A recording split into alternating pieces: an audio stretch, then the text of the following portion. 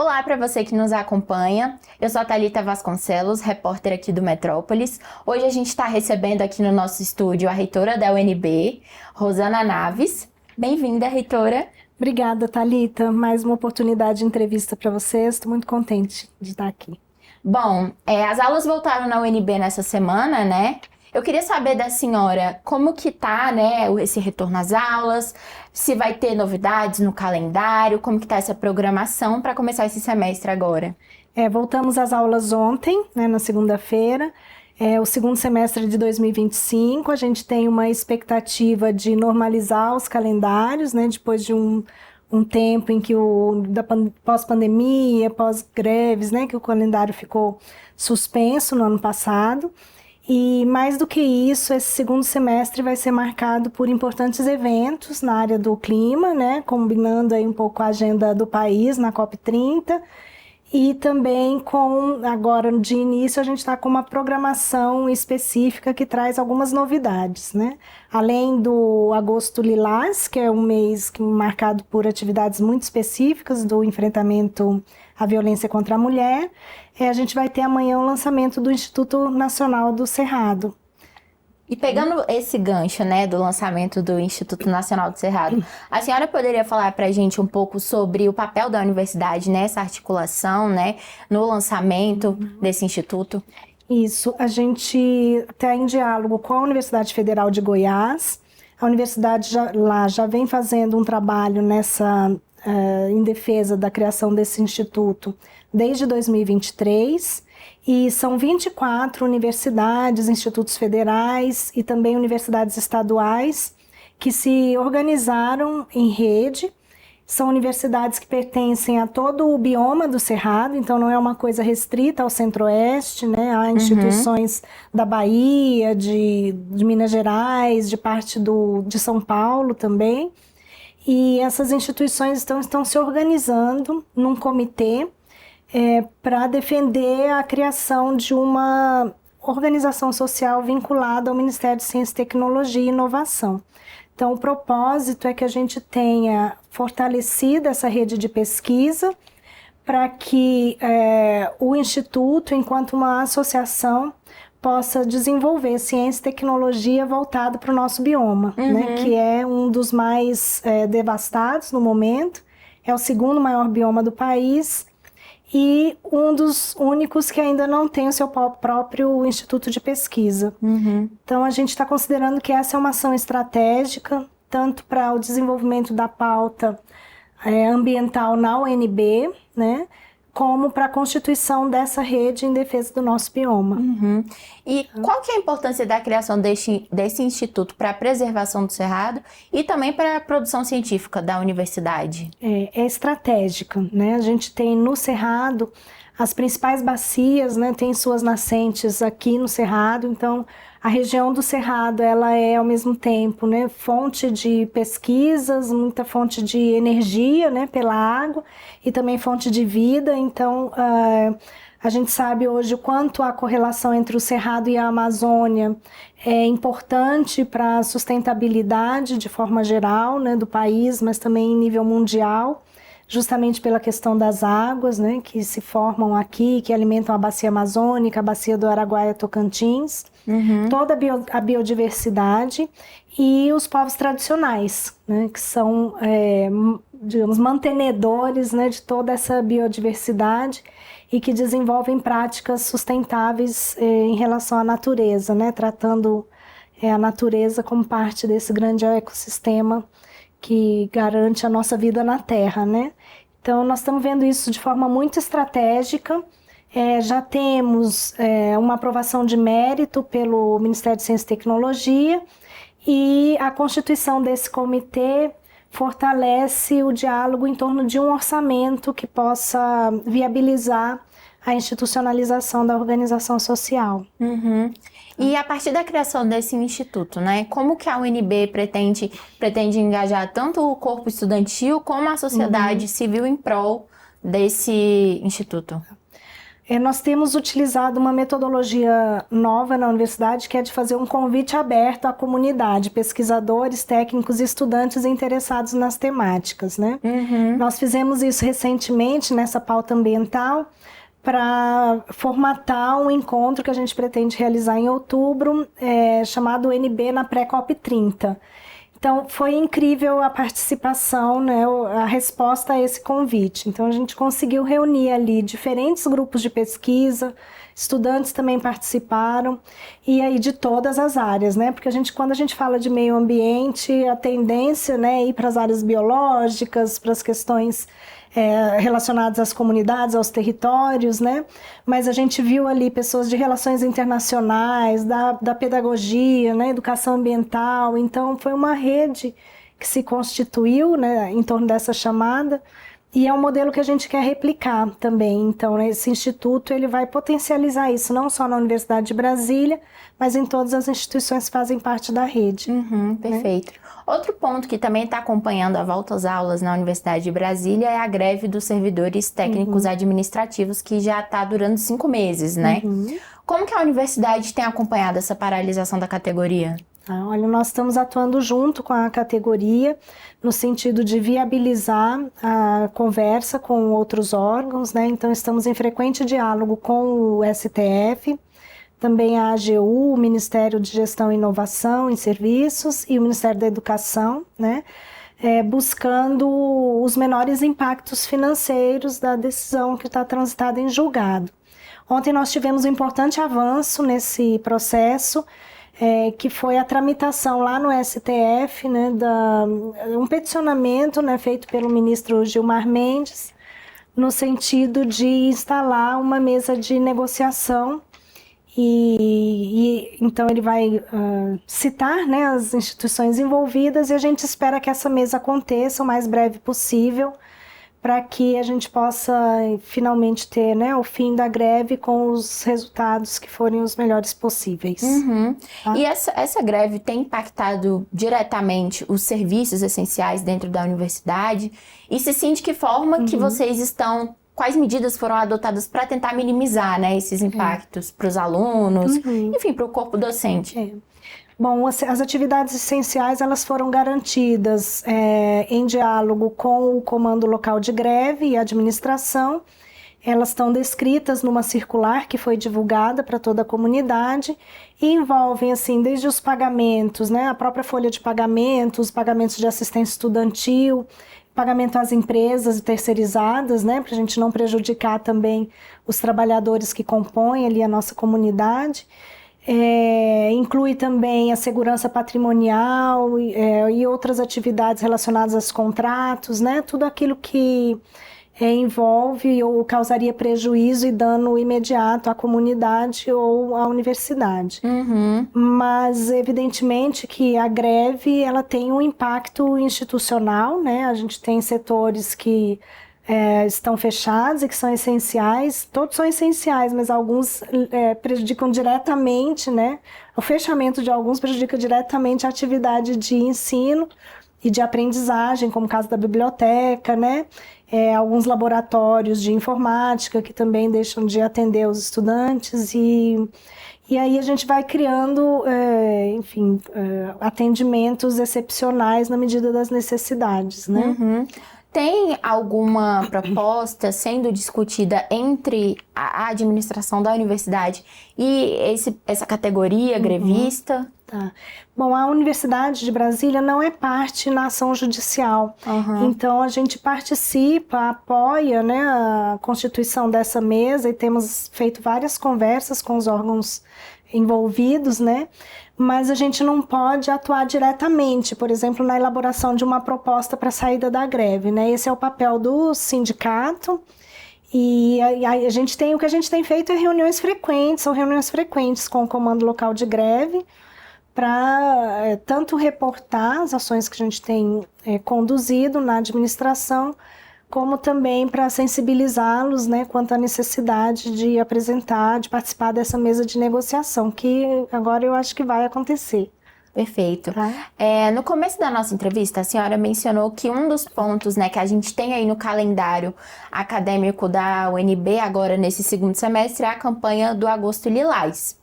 Em junho, agora recente, o Metrópolis fez uma matéria falando sobre casos de assédios sexuais em universidades federais do país.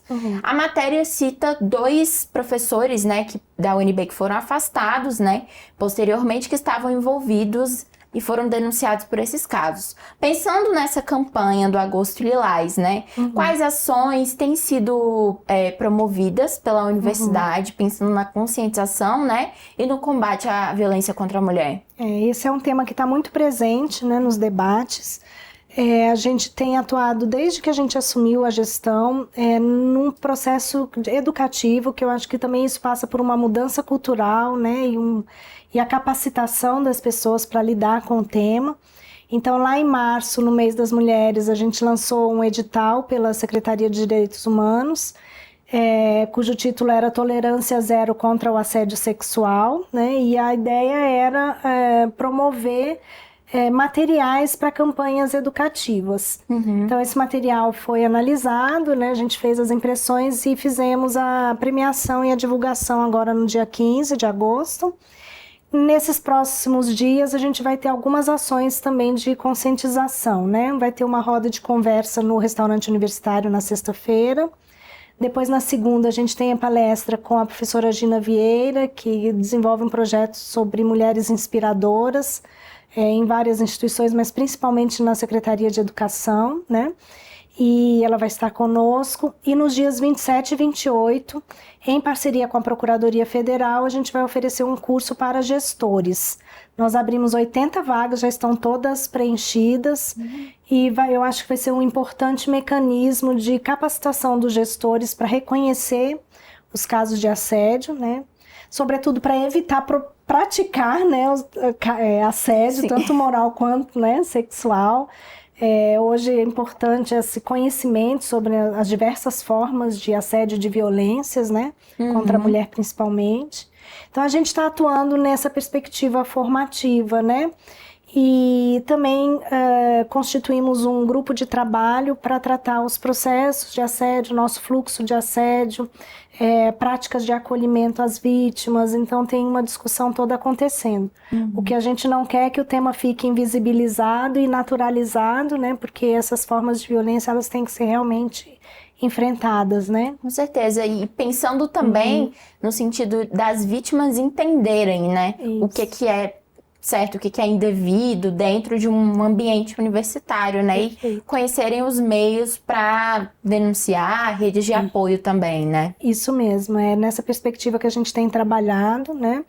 Inclusive, você falou, né, de conhecer os processos, porque hoje a gente vive uma sociedade, né, em que os conflitos estão muito presentes. Sim. E aí a gente precisa saber distinguir, né, quando um conflito resulta mesmo numa forma de assédio ou quando faz parte da rotina, das divergências que né, a gente tem enquanto seres sociais e na convivência comum, né? Então, é um limite muito fino. E aí a gente precisa de capacitação das pessoas, né, para evitar ultrapassar o limite, né, enquanto gestores, enquanto colegas de trabalho, e ao mesmo tempo saber como lidar quando isso acontece. Né? Perfeito. Reitora, a UNB anunciou a criação do curso de bacharelado em inteligência artificial com previsão de início no ano que vem, né? Eu queria saber os objetivos desse curso, né? E como que ele se insere na estratégia da universidade, no quesito da inovação e formação profissional no campo da tecnologia. A inteligência artificial tem sido um outro tema em que a gente tem atuado com muita ênfase. Não dá mais para negar que ela está no nosso meio, né? E que ela pode produzir bons resultados se bem utilizada, inclusive para potencializar os resultados de pesquisa, né? No sentido de reunir um grande número de dados passíveis de análise. E então a gente constituiu um grupo que é coordenado pelo vice-reitor, professor Márcio, que tem trabalhado em diferentes aspectos da inteligência artificial, desde acadêmico, né, o aspecto acadêmico da proposta de curso e outras formas de capacitação, da comunidade até as questões de infraestrutura. Então, esse é um objetivo. O curso pretende atender uma demanda que hoje está constituída, né? A gente tem visto aí em outros estados que os cursos de inteligência artificial têm uma alta demanda, uma alta procura. Então, vamos responder a essa demanda da sociedade e fazer as discussões pertinentes dentro do tema, né?